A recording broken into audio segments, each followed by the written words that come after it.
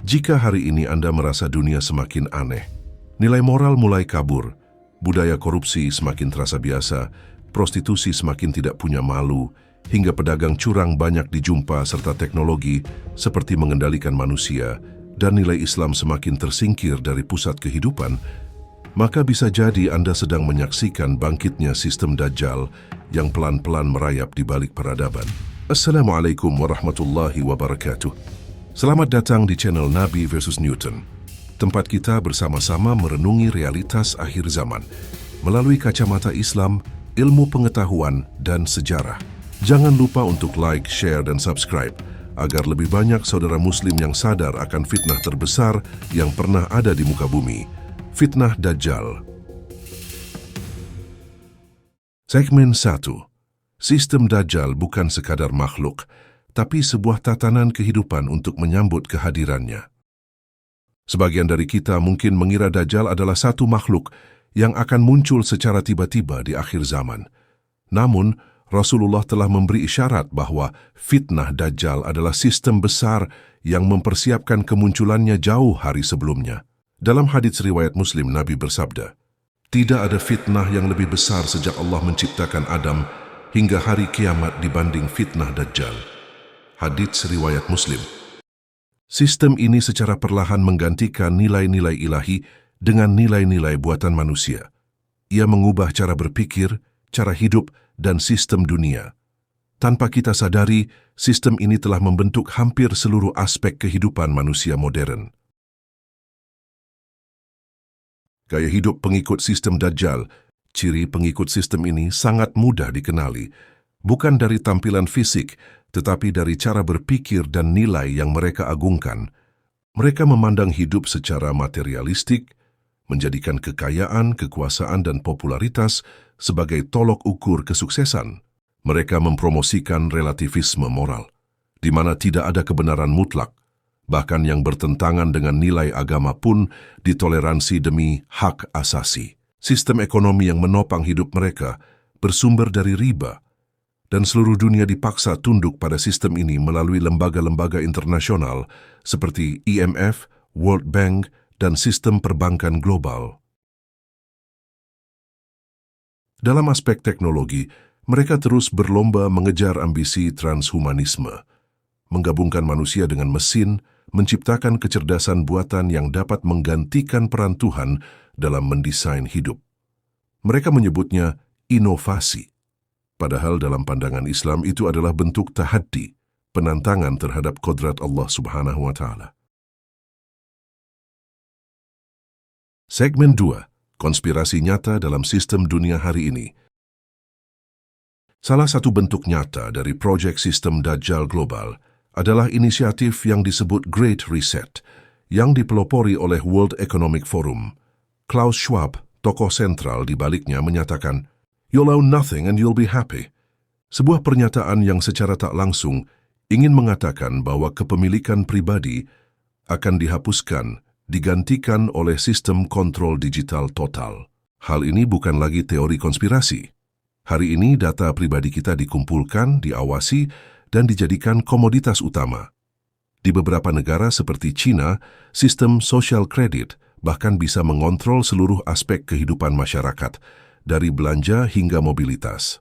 Proyek-proyek seperti Neuralink oleh Elon Musk, serta pengembangan AI seperti OpenAI dan DeepMind, kini bukan hanya untuk efisiensi, tapi diarahkan menuju kontrol pikiran, penciptaan realitas semu, dan kehidupan yang sepenuhnya berada dalam jaringan.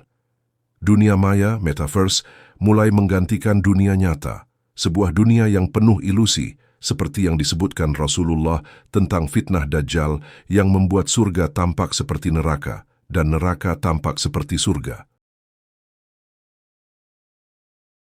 Segmen 3. Bukti dari ilmuwan dan sains modern. Sejumlah ilmuwan dan tokoh global telah menyuarakan kekhawatiran mereka. Yuval Noah Harari, penasihat World Economic Forum, menyatakan bahwa agama masa depan bukan lagi tentang Tuhan, tetapi tentang data. Ia menyebutnya dataisme.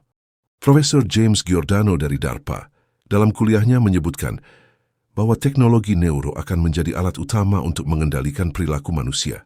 Laporan lembaga internasional seperti IMF, WHO, dan Google Transparency Report secara terbuka menyatakan arah dunia menuju digitalisasi penuh dan pengawasan total. Apa yang terjadi di Indonesia? Kita tidak bisa menutup mata terhadap kondisi di dalam negeri.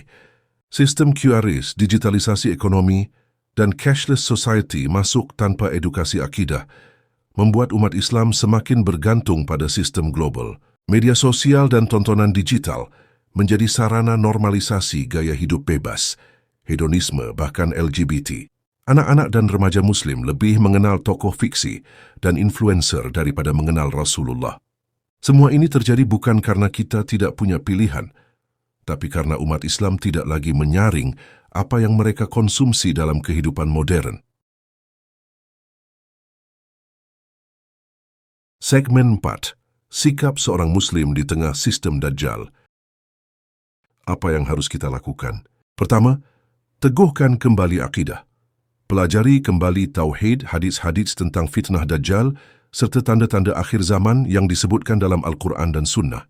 Kedua, bentuk kemandirian ekonomi keluarga, hindari riba sebisa mungkin, dan dorong tumbuhnya ekonomi umat. Ketiga, jaga keluarga dan anak-anak kita dari serangan media, budaya, dan sistem pendidikan yang telah dikendalikan oleh narasi global. Nabi Muhammad mengajarkan bahwa membaca 10 ayat pertama dan terakhir dari surat Al-Kahfi setiap Jumat adalah perlindungan dari fitnah Dajjal. Dan yang terpenting, jadikan masjid dan majelis ilmu sebagai pusat peradaban kembali. Segmen 5. Renungan akhir, jalan keselamatan di akhir zaman. Wahai saudara-saudaraku, jika dunia hari ini membuat kita nyaman dalam kemaksiatan, mungkin kita sedang berada dalam jebakan sistem Dajjal. Jika kebenaran menjadi terasa asing, mungkin kita sedang menyaksikan sabda Nabi yang menjadi nyata. Islam akan kembali menjadi asing, sebagaimana ia datang dalam keadaan asing. Hadits riwayat Muslim. Mari kita kembali kepada Islam, kepada nilai-nilai fitrah, kepada Al-Quran dan Sunnah yang murni. Karena hanya itu, satu-satunya jalan keselamatan di tengah badai fitnah akhir zaman. Terima kasih telah menyimak hingga akhir. Semoga Allah Subhanahu wa Ta'ala menjaga kita, keluarga kita, dan seluruh umat Islam dari fitnah Dajjal dan sistemnya yang kini sudah nyata di depan mata. Jangan lupa untuk like, share, dan subscribe channel ini agar lebih banyak saudara kita yang bangun dari kelalaian. Mari kita bangkit bersama. Wassalamualaikum warahmatullahi wabarakatuh.